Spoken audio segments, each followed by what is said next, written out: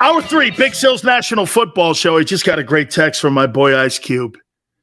He watches the show every day, and he wants to come on again. I think he's been on – how many times, Xander, has Ice Cube been on? 4? I think he's been on like 4 times, something like that. Ice Cube loves sports, man. 4 or 5 times. I think he's been on like, right? God, it's such an honor to have a friend like that. I get invited to so many things. He goes, hey, Xander and everyone, just so you know, I get invited to all these crazy things that he puts on in Los Angeles, right? And Big Sills has a problem like leaving the Dan Cave because I like my complex, so much. And he's like, dude, you got to get up here. I got a really great – we're going to be celebrating with Snoop Dogg here, his acquisition of Death Row Records. And he goes, do you want to come up? And I go, he goes, you're one of the very few guys that actually knows Suge. And I said, dude, don't tell people that. He's like, no, you know him from UNLV. And I go, yeah, do you know Randall Cunningham? Hey, you want to hear? Hey, dude, I'm all good with a barbecue. Okay. How about this, man? Do you know Randall Cunningham played with Suge Knight?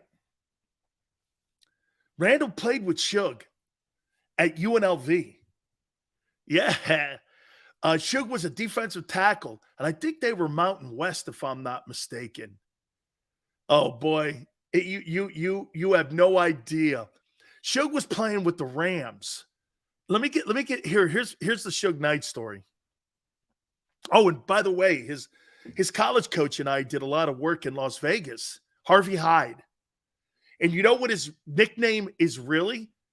It's Sugar Bear. His nickname was Sugar Bear at UNLV. And they just dropped the bear part and put Suge. And his nickname at UNLV when he was a running rebel, actually he was an all-conference player. And they stopped it. And Harvey was the one that Harvey Hyde was his coach. And I'm great friends with Harvey. And Harvey used to he's one of the guys that introduced me to Suge back in the day. Sills, I want you to meet Suge Knight. And Suge, I think he was a bodyguard or something like that before Death Row Records or something. So I met him, and I met him even before that. He was playing with the Rams in 87. And I'm in a camp with him when he was with the Raiders too. So I'm playing football against him, and I played football against Suge Knight, and we became friends and shit like that. And yeah, probably not a shocker. I actually like the guy, man. He's just a little nutty for me, though, man. Hey. Yeah,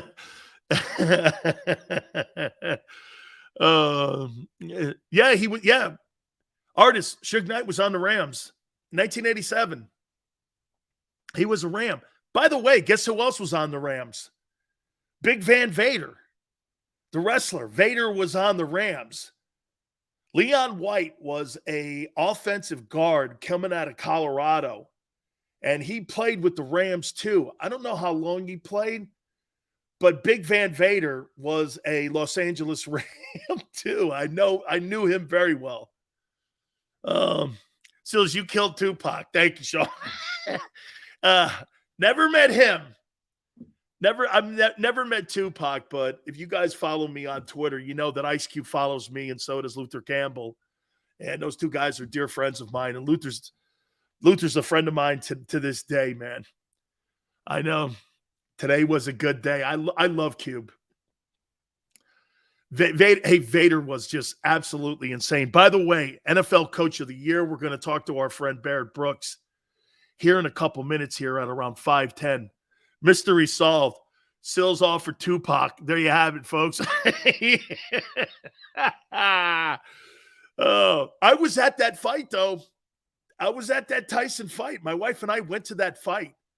I got tickets to that fight, too. I believe it was the Peter McNeely fight. I have tickets to that. I think they were like $1,000, and I know Don King very well because he's got his offices in Miami. And his son and I are even better friends. And like when my wife first met me, she goes, you know Don King? I go, I've known Don King since I was 18 years old. Jimmy Johnson used to have him show up all the time to Kane's practices, and Don King would show up with Ali and Angelo Dundee, and those guys would show up to our practices. Shit, all those guys used to show up to our practices. Angelo Dundee, Ali, the Beast Mugabe, Hector Camacho. Shit, we had so many guys. Hagler showed up once, man. That was really, it was the Hagler-Hearns fight in Las Vegas. Jimmy went to it, and Hagler showed up to our practice. Coach Johnson used to have all them fighters show up, man. It was crazy. That's how George Foreman's been on this show. And I've been friends with George Foreman for about 25 years. Oh, Big Sills is about that life. Hey, man, Philly. Everyone always asks me, how do you know all these people? I don't know. Death Row was crazy. I went into the building a few times. I'll tell you this about going into Death Row back in them days. When you went into the office buildings at Death Row, I mean, I'd never seen more beautiful women in my life. I've never seen anything like it. Music playing through the through the intercom. You go into Suge's office, man. You're like, holy shit! You could play touch football in his office. Crazy time, man. Sills, come up, man. You got to see my office here at Death Row. So I show up there, man. There I am. I'm at Death Row Records. I got to be the only Italian guy in the building. Then everyone's like, yeah, he's all right. Here's Suge. It's all right. He's Italian. I go, what's that mean? He goes, well, you're not a white guy. you're an Italian guy. You're not a white guy, Sileo. That's what Jerome used to always say too, man. Jerome Brown used to go like this, Sileo, white guys don't run that fast, bro. I ran a 4.81 at 290. And this is when I could move. And Jerome goes, white guys don't run like that. White guys don't run like that, dude. Oh, man. Those were fun times, man. Those were crazy times, though. Oh, man. That lot of great times. A lot of great times. I've posted a whole bunch of pictures of Suge Knight and myself on my Twitter page. You can go to take a look at them, too. Sileo, mob ties. I have no idea what you're talking about. What was that supposed to say? Because I'm Italian? Okay.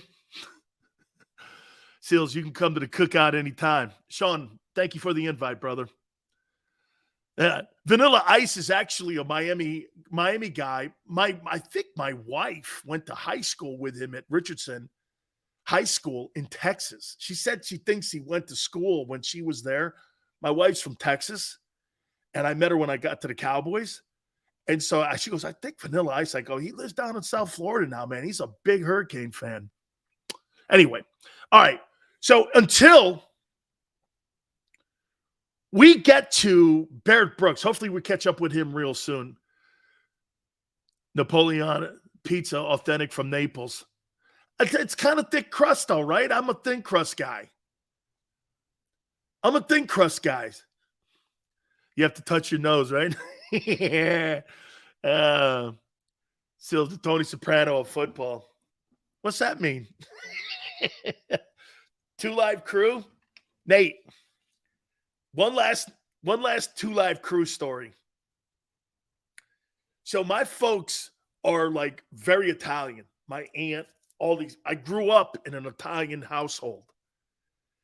And they spoke Italian half the time. No kidding. My folks spoke Italian half the time. And my aunt knows this. So I was raised in this really Italian family. And so this was during the time when 2 Live Crew and Luther was getting arrested. I was the only dude that Jerome and Luther, I got to tell you guys this. Jerome Brown, when he got drafted to the Eagles, he bought Luther Campbell a BMW. Luther has it in his garage to this day with 5 miles on it. He's never driven it since Jerome died. He's never driven it. Luther did so much for Jerome. He was like his sugar daddy. He was mine too, because Jerome did it. Yeah, and so he would hire all these UM guys. You always see the Hurricane stuff on his albums, right?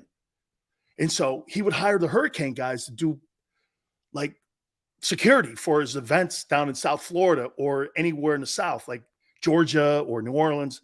And he would fly us up. And so I'm doing security there. And I'm the only Italian guy that's on the stage. And they're like, what are you doing here? What are you, a cop? I'm like, no, man. I'm part of security here for Luther. Luther goes, oh, that's my boy, man. That's my boy, Big Sills, man. That's my boy. It was all because of Jerome. Oh, it was fun times, man. And my family goes, I just saw a commercial for the news about this man who was arrested, Dan. This is my grandmother. His name is Luther Campbell. He was saying peas and hoes. What are you hanging out with? It's the record business. It's, peas and hoes? Who is Luther Campbell?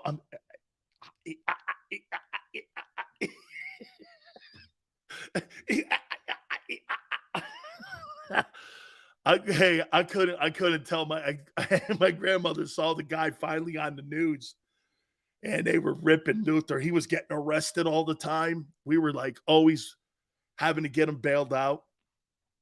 That was crazy times, man. Oh God. Luther's been on here. Hey, Dan, maybe you should have a 2 Live Crew Award for the Eagles.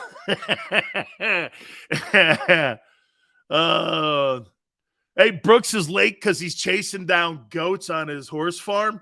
I heard that shit, man. Dude, don't get horses, get the goats. The goats will eat the damn grass for you. Okay? Luke shut down the Greek picnic. Hey, it was really good. Hey, it was the greatest. Guys, I'll tell you this. It was by far the greatest education I've ever had in my life. I went to a predominantly Catholic white school with white people in Stanford. And when I got to Miami, it was the greatest education I ever got. You know what's funny today?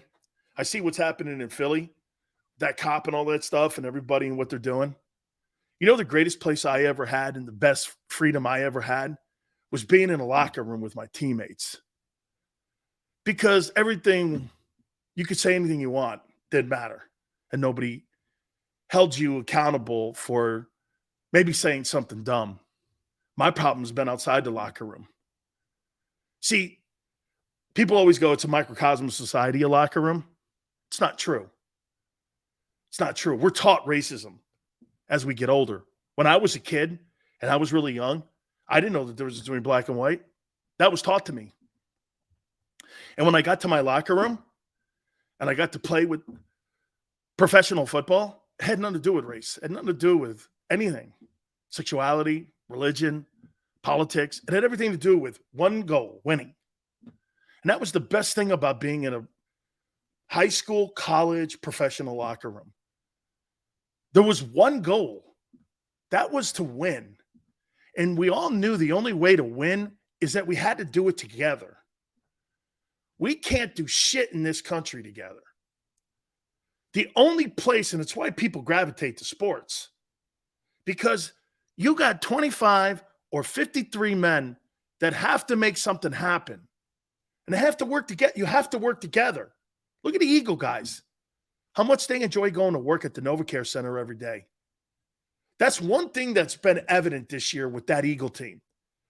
They completely enjoy playing football together. They enjoy it. They enjoy one another's company. They enjoy their coach. It's an atmosphere that is important for success. Nobody likes to go to work hating their gig. Nobody. Nobody likes to show up and go to work and they hate everybody in the building. Nobody. I always tell folks this. If you're trying to make $1 million, you'll never. If you do something that you have great passion for and you love, you'll get there. It's just about chopping wood. You keep chopping wood and you don't surrender and you don't wave the white flag, you'll outwork people. because passion is more important than talent. How many times does talent fail? We see it every day. Look at Antonio Brown. Here's a guy on his way to Canton. And now the only way that he can make any kind of news is being a criminal. You have gone from being a 100-catch guy and a guy who's considered one of the greatest receivers of all time in the modern era to being a criminal. And the only way you can get any news about yourself now is throwing shade on Tom Brady, who did everything in his power to help you, an organization in the Buccaneers who gave you a chance, and now you're a criminal. That's sad. What would Sonny say in Bronx Tale? Wasted talent. Don't be that guy. Wasted talent. Right? Just a waste of talent. He'll look, by the way, that Antonio Brown thing ain't ending well. We all know it. No one wants to say it, but we know it ain't ending well. Okay? That guy has no... I'm actually pretty proud of T.O. T.O.'s trying to make it land well for him. Tyson, too. I still have my doubts on Tyson and how it will finish. But Tyson's at least trying. Okay, Antonio Brown. This guy's going to prison. Damn shame. Broncos hate going to work. They have to hate going to work. You're looking at a guy who thinks he's better than the team. And you're all in it together, man. If the Titanic is going down, okay, Russell Wilson is the captain of the Titanic. He wants to jump off a ship and have his own rowboat and let everybody else sink. What kind of shit is that? Tyson's wife is the best thing in his life right now. Hey, so sad to say, we see it all the time in the hood with those in the pen now. Hey, I'm a big believer in rehabilitation. I believe everybody should get a second chance in life. We'll never forget some of the incidences that people do, but I do believe in people being able to right the ship. If you have a dent in the fender, we all have dents in the fender. And I think everybody should be given an opportunity. Funny, when it comes to the media, I'm the only one that doesn't get it, though. Not feeling sorry for myself. I'm very proud to be here every day with you guys. But it's true. You know, I was scheduled to go on with Jim Rome and do the Rome show for a while. Nope. People in my business got to them. It's crazy. Russell Wilson, I don't know what happened there, dude. Pete Carroll was right. Pete Carroll was right. I saw that, Chris. That T.O. just kicked somebody's ass. I saw that. I think that guy had it coming to him, though. I hate work, but they pay me well. SB. Hey, watch this. I hate this mother. My paycheck, though, man. My paycheck every 2 weeks looks pretty decent. I'm good. The only way you have me here. I've done that too, SB. Trust me. The only reason I'm here, man, every 2 weeks, I make a pretty penny. Yeah. Marco Sills, you're the GOAT. Thank you, man. So they wouldn't trade you for any of those other media guys. That's nice, Marcos. Thank you. Thank you, Mike. That's really kind. Yeah, hey, don't get too gushy in here because people start shitting on me here in a minute. Okay? We are your Hey, look, Lucius. Yes. See, that's the best response right there. Look at this. We are your second chance, you meatball. Thank you, Nick, very much. Yeah. All right. Listen, I'm going to get into the coach of the year as we wait for Barrett.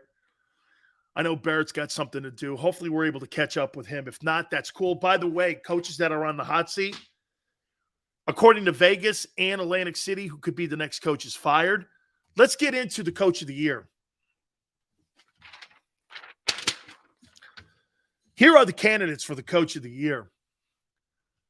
Where did I love you, Sills. When you're not shitting on the birds. I'm not Michael, stop saying that. Stop saying that. Not shitting on the birds. You kidding me?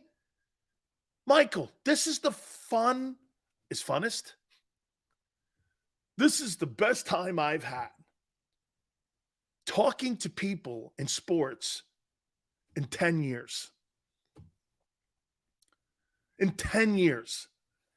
The Mighty 1090 job that I had in Southern California, based in San Diego, was the old Wolfman Jack station. 85,000 watts. And went all the way up to San Francisco through LA and everything. Okay? All of it. All of it. And the people here are better. Okay? Here's Xander. That's because you are the ultimate heel. Big Seals is the ultimate sports talk heel. Maybe. Maybe that goes back to my wrestling background. Okay? But I have had so much fun with you guys. And I was third in the market in Southern California. You know American Graffiti? The radio station that Wolfman Jack was in? That was my station. I did the same shift that Wolfman Jack did. You guys probably, some of you don't even know who he is. But it was one of the biggest, it's still one of the biggest stations in the country. And I was third in the market. And I'm like, these people, man. I mean, nobody liked college football. Then again, you guys don't like college football either. All right, let's get to NFL. Let's get to the NFL Coach of the Year candidates here. Showmanship? I am about that. I think people have to be entertained today. You guys are going to miss Angelo so much. Hey, you guys are going to miss Angelo so much, dude. Whew.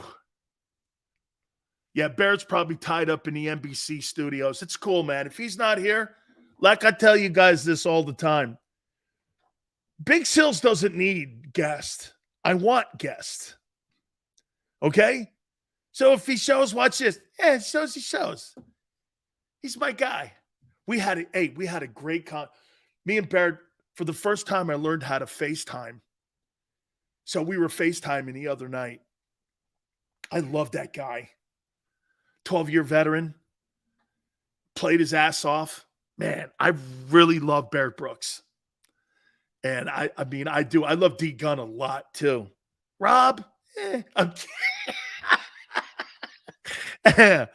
kidding. I'm kidding. I like Rob, too. Rob's real good. Actually, Rob's gotten way better. Okay? He really has. Those two other guys have really played a factor on it with Sports Take. So those two guys have gotten better. Okay? Would you ever work for ESPN, Sills? Absolutely not. Are you kidding me? Work at ESPN? I'd have to, if I worked at ESPN, I would have to be Howard Stern today. I didn't say that. Will you stop it, Xander? I love Rob. Are you kidding me, man? You stop that, man. Who's Jody Mack? I'm kidding. I like Jody, too. He does a great show, and he's a legend. He's been doing sports talk in Philly and in New York for the longest of time. Does a great job. John McMullen and him on that show. Birds 365. You guys got to check it out. I check it out. Would ESPN offer you a job? Absolutely not. Absolutely not. Absolutely not. You can't have a guy like that with views like me. Because here's the first thing, W2. I think it's okay if you don't want to take a knee for Colin Kaepernick or take a knee. It's up to you. It's individually your own prerogative. But networks want you to follow an ideology, and I don't. And some would say, well, what do you think, Sills? I go, it's up to each individual what you want to do. Either you want to support the flag or you don't. But that shouldn't be a network policy. But see, I couldn't get a job there because the network policy is that you take a knee. That's why ESPN has lost 22 million viewers in the last 7 years. Okay? I think everybody has a right to make that decision. If you want to take a knee, fine. If you don't, it's America. Now you are a casualty to your decisions or a benefactor to your decisions, but they're yours, not a network's. And most of the networks in the Northeast, okay, they're liberal. They sell liberal advertising, not conservative. And I'm not saying I'm conservative. I root for America. Okay, so what's happened in our country is people are trying to take your decision-making out of your hands through ideology and company policy. I find that atrocious. Every individual has a right to fail and succeed. You don't have that right to pave my road. You don't. But they do. And that's why certain guys are here and certain guys will be here. Okay? Networks today, if you don't have this ideology, you can't work there. You can't have an opinion. Listen to 97.5 or WIP in Philly and listen and see how far they don't go anymore. You know when those stations were great? 10 years ago. Mike, Howard, okay? Angelo. Angelo's being forced out. Don't kid yourself. Guy makes a ton of money and nobody in radio pays it. Let's change gears. NFL Coach of the Year. Oh, when IP was on AM, it was sensational radio. Sensational radio. Sensational. Big Sills got the most entertaining Eagles show on YouTube. That's very kind of you, Birdman. Hey, Angelo to Jacob, make it happen. I love that.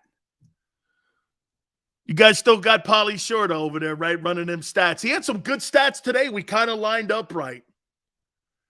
For the first time, we kind of lined up right here. All right. Here are my NFL Coach of the Year candidates with 6 to go. Number 10. Big Red. Andy Reid's not getting enough love here.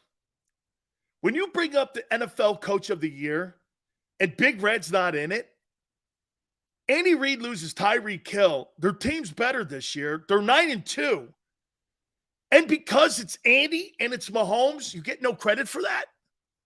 I think Mahomes is having a great year this year. That guy's going to throw the ball for 700 attempts. You got to have Big Red, man. Oh, Elton, that is so nice of you. You got that, Sills? You are AMWIP. It's quite a compliment. Thank you, Elton. Thank you. Number 9. The reigning NFL Coach of the Year. You're going to see him on Sunday, Mike Vrabel. God, is he a great coach. God, did they play for him. Can I tell you something about Mike Vrabel that you're going to love? Mike Vrabel is like, I'm going to make a comparison to you. Years ago, I got a chance to meet the President of the United States, Ronald Reagan. It was for the national championship game. We played Penn State, okay? And Reagan's he's in the elevator at this resort that we were at in Scottsdale. He came out for the game. Bob Costas did it. It was enormous. 200 million people watched that game that night. And so 100 million people watched that game. It's the most watched college football game to this day. And the president was there. And he had some of the guard and people in his entourage around him. I'll never forget we're in the elevator and he goes like this. Hey, Willie, how's the wife's gout? Mr. President. Thank you very much. Appreciate it. He goes, you need anything, let me know. Reagan gets off the elevator. Everyone goes, I go, this guy knows Willie's wife's name. And she has gout. I go, that's why that dude's the great communicator. Mike Vrabel's like that. He'll have a conversation with guys and he'll never forget.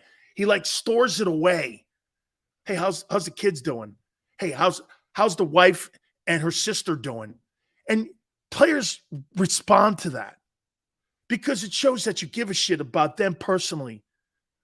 Joe Madden told me something years ago, and it was one of the best things I ever heard. I go, Joe, how do you communicate with all your guys in the locker room? He goes, well, I have to have a personal relationship with each and every single one of these guys so that when I'm going to be a little bit constructive, they don't take it as destructive. And I thought that was the best information I ever got from a manager or coach. Joe's not trying to be destructive. He's trying to be constructive. And the only way you can do that is if you have a personal relationship with everyone you talk to. Because if you don't, then someone takes it as you're screaming at them. How many times have you gone to work with somebody and he just starts screaming at you and you're like, fuck you. And you're like, where you come? But when someone hollers at you and tells you something that you know they're coming from a place of love, it's different, isn't it? But they could tell you the same message. Mike Vrabel's that guy. He's that guy. This is going to suck. I hate putting this guy's name here. I hate it. I got to put Mike McCarthy at 8. Guys, here's why I got to put Mike. Okay, so when they lose Dak, they go on an undefeated streak with Cooper Rush. Cooper Rush is Cooper Rush for a reason. He sucks. And Mike McCarthy and the Cowboys, they rolled through that. It kept him in the season because of the job they did with Kellen Moore and Dan Quinn and Mike McCarthy. Mike McCarthy, man, I mean, look, I think it's the toughest job in the NFL. It could be the toughest job in football. And he's righted the ship. Okay, he's righted it. Number 7, Kyle Shanahan. I'll tell you this, man. Like you guys say, you guys don't believe in Jimmy Garoppolo, but they win games. They win games. Now, the question with Kyle Shanahan is going to be, can he win the game? We all agree Kyle Shanahan can win games. I don't know if there's anybody in here that doesn't go like this. Kyle Shanahan, he can't win games. He wins games. But can Kyle Shanahan win the game? He has a massive X next to his name on what happened to him as the OC in Atlanta as the coordinator there. He's up 28-3 and you lose a Super Bowl? Come on, dog. Right? I'm not sure he ever gets around that one.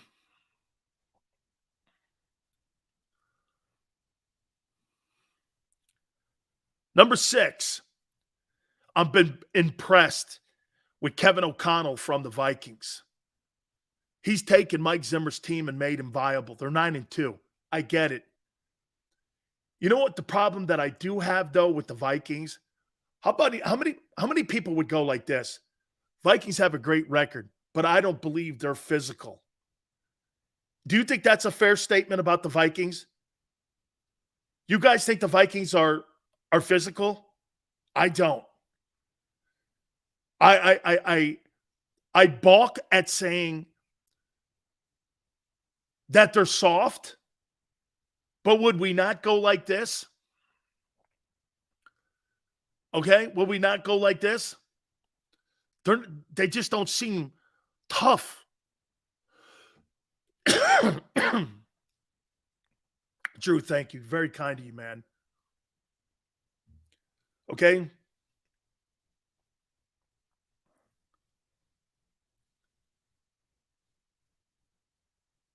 Here's who I have at number 5. Now we're starting to get into the top 5.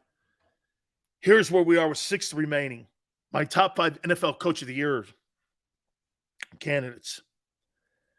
At number 5, I would never have ever thought from the beginning of the first quarter pull of the season, which is the first 4 games, that I would put this guy in my top 5. How do we not have Ron Rivera there? They were, after the Eagles beat them up in that first game, did we not do this? That's the worst O-line in the NFL. It's the worst quarterback play. Their secondary's terrible. That team, ownership is the worst. It's chaotic. It's not only chaotic, but it is also toxic. It's a toxic building with chaotic management. How are you winning? How are you winning? And they're getting better. If Ron Rivera gets that Washington Commanders team into the playoffs, I may have to give him the Coach of the Year award. That thing was dead in the water. Dead in the water. You got a $32 million a year player on the bench, healthy. Crazy. Number 4, dude, Pete Carroll's turning out to be right. Okay? I think Pete Carroll, he's right. He wanted to move off of Russell Wilson last year, and people gave him shit. He probably stuck with Russell Wilson 1 year too long. Pete probably kicks himself right now for not blowing that guy out a year ago. He knew it. His team's better. They're fighting the Niners out for the NFC West. What a job of coaching by Pete. 70-year-old Pete Carroll. I'll tell you what, I hope I have that energy when I'm 70. That guy runs around a yard like he's 40. Number 3, I got Brian Daboll. That guy has completely changed the culture around from Dave Gettleman, who sucked as general manager. I mean, Dave Gettleman was terrible. The Eagles have like 7 O-linemen that could start anywhere in the NFL. The Giants under Dave Gettleman didn't have one. One in 5 years. That was the worst general manager maybe in the history of the New York Giants. Those dumbass hires that coach, I mean, they were terrible. Now Brian Daboll's gone in there with Dimes Jones winning games. Unbelievable. Number 2. And I think it's 1 and 2. I think these guys, if you want to tie them, it's fine with me. I got Sirianni here. By the way, if you said Sills 1 for Sirianni and Mike McDaniel from the Dolphins, the only reason I'm giving Mike McDaniel from the Dolphins the nod at number 1 is because he's a first-year coach. And this guy looks like he belongs selling ice cream cones. You see that cool little thing that he did the other day with Tua? He was talking about his YouTube when he was at high school or something like that in Hawaii. And he goes, man, your technique sucked. I thought it was freaking funny as shit. They're on the sidelines like that, in the middle of an in-game like that. I'll tell you this, man. As much as he's an analytical coach, I got him at 1 only because he's a first-year guy. But I'll tell you what, was he with the Rams?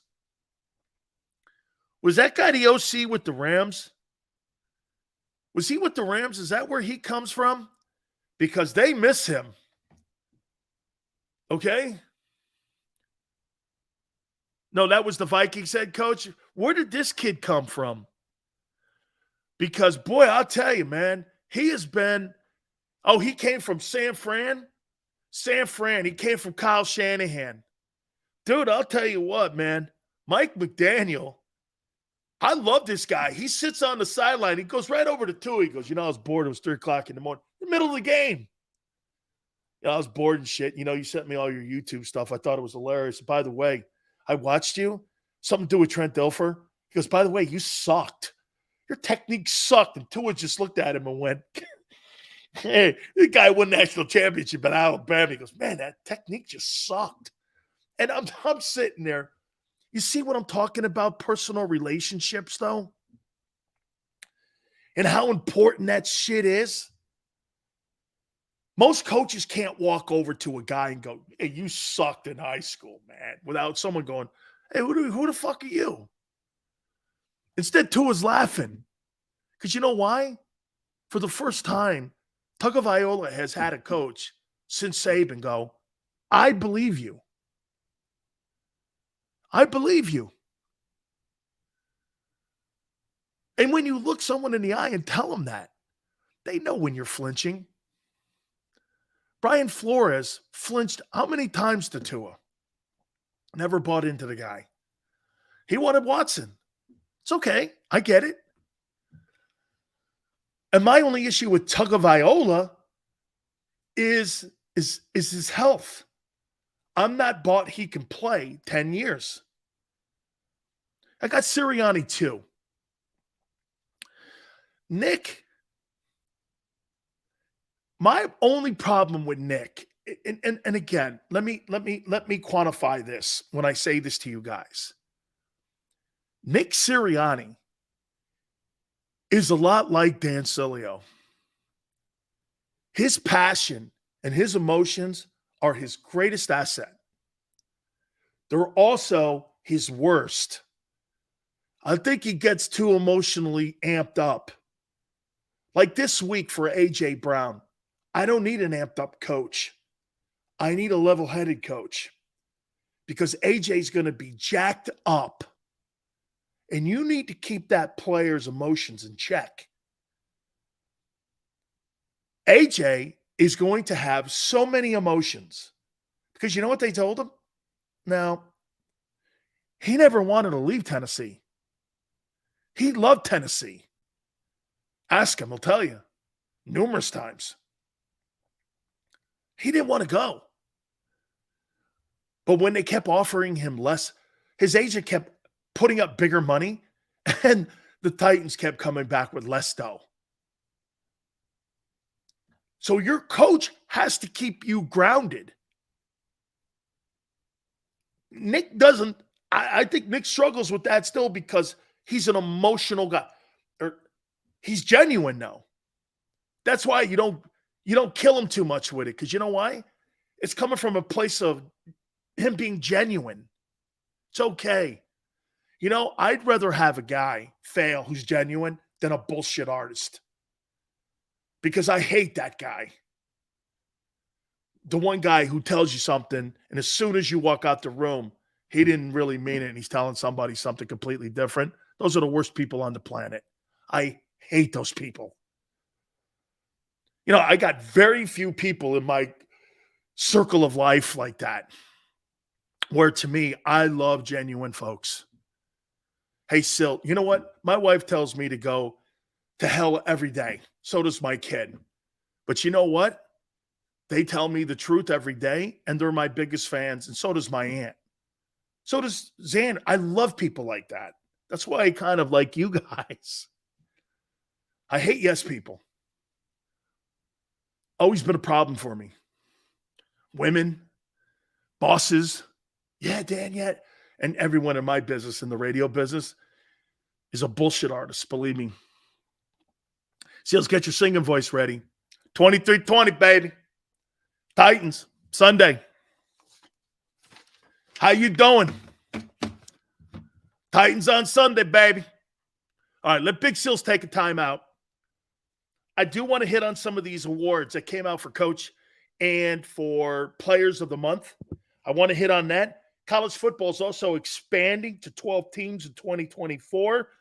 Odell Beckham Jr. may have picked a team. I'll tell you where that is. We'll do it next. Keep it here on the National Football Show.